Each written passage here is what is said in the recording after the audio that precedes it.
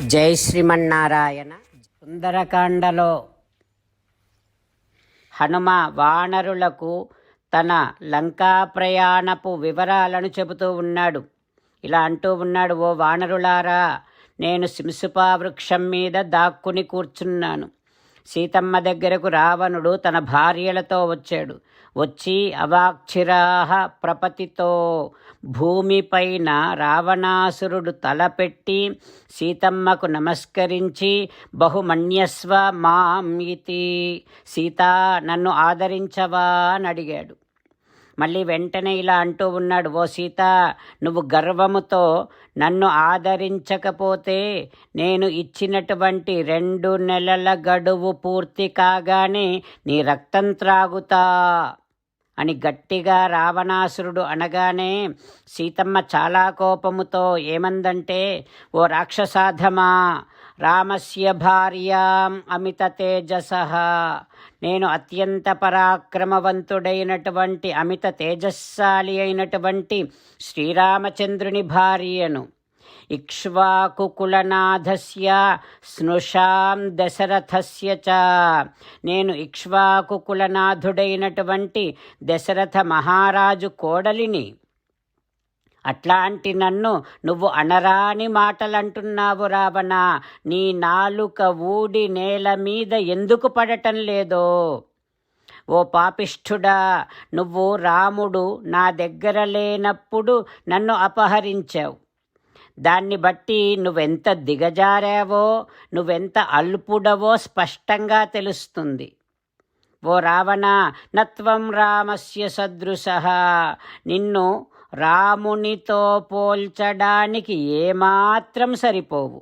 అంతేకాదు, దాస్యేప్యస్య నయుజ్యసే, రామునికి దాస్యము చేయడానికి కూడా నువ్వు అర్హుడవు కాదు, నువ్వు తగవు. రాముడు అంత గొప్పవాడు, సత్యమే పలికేటటువంటి వాడు నా రామచంద్రుడు అని సీతమ్మ అనగానే రావణాసురుడు మండిపడుతూ కన్నులు త్రిప్పుకుంటూ కుడి చేతి పిడికిలి బిగించి ఇక సీతమ్మను చంపడానికి పైకి వచ్చేసరికి అక్కడ ఉన్నటువంటి స్త్రీలందరూ భయంతో హాహాకారాలు చేస్తూ ఉన్నారు. అప్పుడు రావణాసురుడి భార్యలలో ఒక ఆమె మండోదరి, ఆమె లేచి రావణాసురుడిని ఆపింది. నాథా, నువ్వు దేవేంద్రుడితో సమానుడవు, నీకు ఈ సీతతో ఏం పనయ్యా? నీకు అంత కోరికగా ఉంటే దేవకాంతలను, గంధర్వ కన్యలను, యక్ష కన్యలను పిలిపించు, వారితో క్రీడించు, ఈ సీతతో నీకేం పనయ్యా అని అక్కడ ఉన్నటువంటి మండోదరి రావణాసురుడిని ఊరడించింది. ఇంకా రాక్షస స్త్రీలందరూ కూడా రావణాసురుడిని ఊరడించి అక్కడి నుండి రావణుణ్ణి భవనానికి తీసుకొని వెళ్ళిపోయారు. ఇక రావణుడు వెళ్ళిపోగానే రాక్షస స్త్రీలు సీతమ్మను కర్ణకఠోరమైన మాటలతో బెదిరించటం మొదలుపెట్టారు. సీతమ్మ మాత్రం వారి మాటలను తృణవత్ భాషితం తాసాం గణయామాస జానకీ, ఆ రాక్షస స్త్రీల మాటలన్నింటినీ గడ్డిపోచతో సమానంగా చూసింది. వారు ఎంత గర్జించినా సీతమ్మ పట్టించుకోలేదు. ఇక రాక్షస స్త్రీలు చిట్ట చివరకు సీతమ్మకు రావణాసురుడి నిర్ణయాన్ని, అంటే రావణుడు 2 నెలలు గడవగానే నిన్ను చంపేస్తాడు అన్న నిర్ణయాన్ని మళ్ళీ సీతమ్మకు ఒకసారి జ్ఞాపకం చేసి ఇక సీతమ్మ చుట్టూ ఆ రాక్షస స్త్రీలు పడుకొని నిద్రపోయారు అంటూ హనుమ వానరాదులందరికీ తన ప్రయాణపు వివరాలను తెలియచేస్తూ ఉన్నాడు. రామచంద్రులను మనసారా ధ్యానము చేస్తూ పరమదయాలువు పరమశివుడు చెప్పిన పరమపావన రామనామాన్ని చెబుతూ మనము రామనామ గానము చేస్తూ ఉంటే అదిగో సీతారామచంద్రులు, పార్వతీ పరమేశ్వరులు, ఆంజనేయస్వామి, సకల దేవతలు, పితృదేవతలు, మహర్షులు, ఆచార్యులు, భాగవతోత్తములు అందరూ మనని చూసి ఆనందముతో అనుగ్రహిస్తున్నటువంటి దృశ్యాన్ని భావన చేస్తూ నోరారా రామనామగానము చేద్దాం. రామ రామ దశరథ రామ, రామ రామ దశరథ రామ, హే హే రాజా రామ, హే హే రాజా రామ, హే హే సీతారామ, హే హే సీతారామ. జై శ్రీమన్నారాయణ. భక్తులకు ప్రత్యేకమైనటువంటి విజ్ఞాపన. మీకు అన్ని విషయాలలో వెంటనే మంచి ఫలితాలు రావాలి అనంటే ప్రతిరోజు 1 నిమిషం వెచ్చించి నారాయణాస్త్రాన్ని చదవండి. ఇక మీకు తిరిగే ఉండదు. నారాయణాస్త్రాన్ని పొందడానికి మీరేం చేయాలంటే నారాయణాస్త్రం అనే వెబ్సైట్కి వెళ్ళి మీ పేరు, మీ ఈమెయిల్ ఇస్తే మీ ఈమెయిల్కి నారాయణాస్త్రం PDF వస్తుంది. అందులో ఒక రామాయణ శ్లోకం, ఒక గీతా శ్లోకం, ఒక విష్ణునామం ఉంటాయి. ఆ మూడింటిని కలిపి నారాయణాస్త్రం అంటాం. ప్రతి ఒక్కరికి వేరువేరు శ్లోకాలను ఇస్తున్నాం. ఆ రకంగా ఎవరి శ్లోకాన్ని వారు ప్రతిరోజు తప్పనిసరిగా చదవటం వలన ప్రతిరోజు ప్రతి 24,000 భక్తులతో ఒకసారి సంపూర్ణ రామాయణ పారాయణ, 33 సార్లు శ్రీమద్ భగవద్గీత పారాయణ, 24 సార్లు శ్రీ విష్ణు సహస్రనామ స్తోత్ర పారాయణ జరుగుతుంది. ప్రతి ఒక్కరికి అంతటి విశేష ఫలితము ప్రతిరోజు లభిస్తుంది. అందుకని మీరు, మీ కుటుంబ సభ్యులు అందరూ ఒక్కొక్కరు ఒక్కొక్క నారాయణాస్త్రాన్ని వెంటనే పొందండి.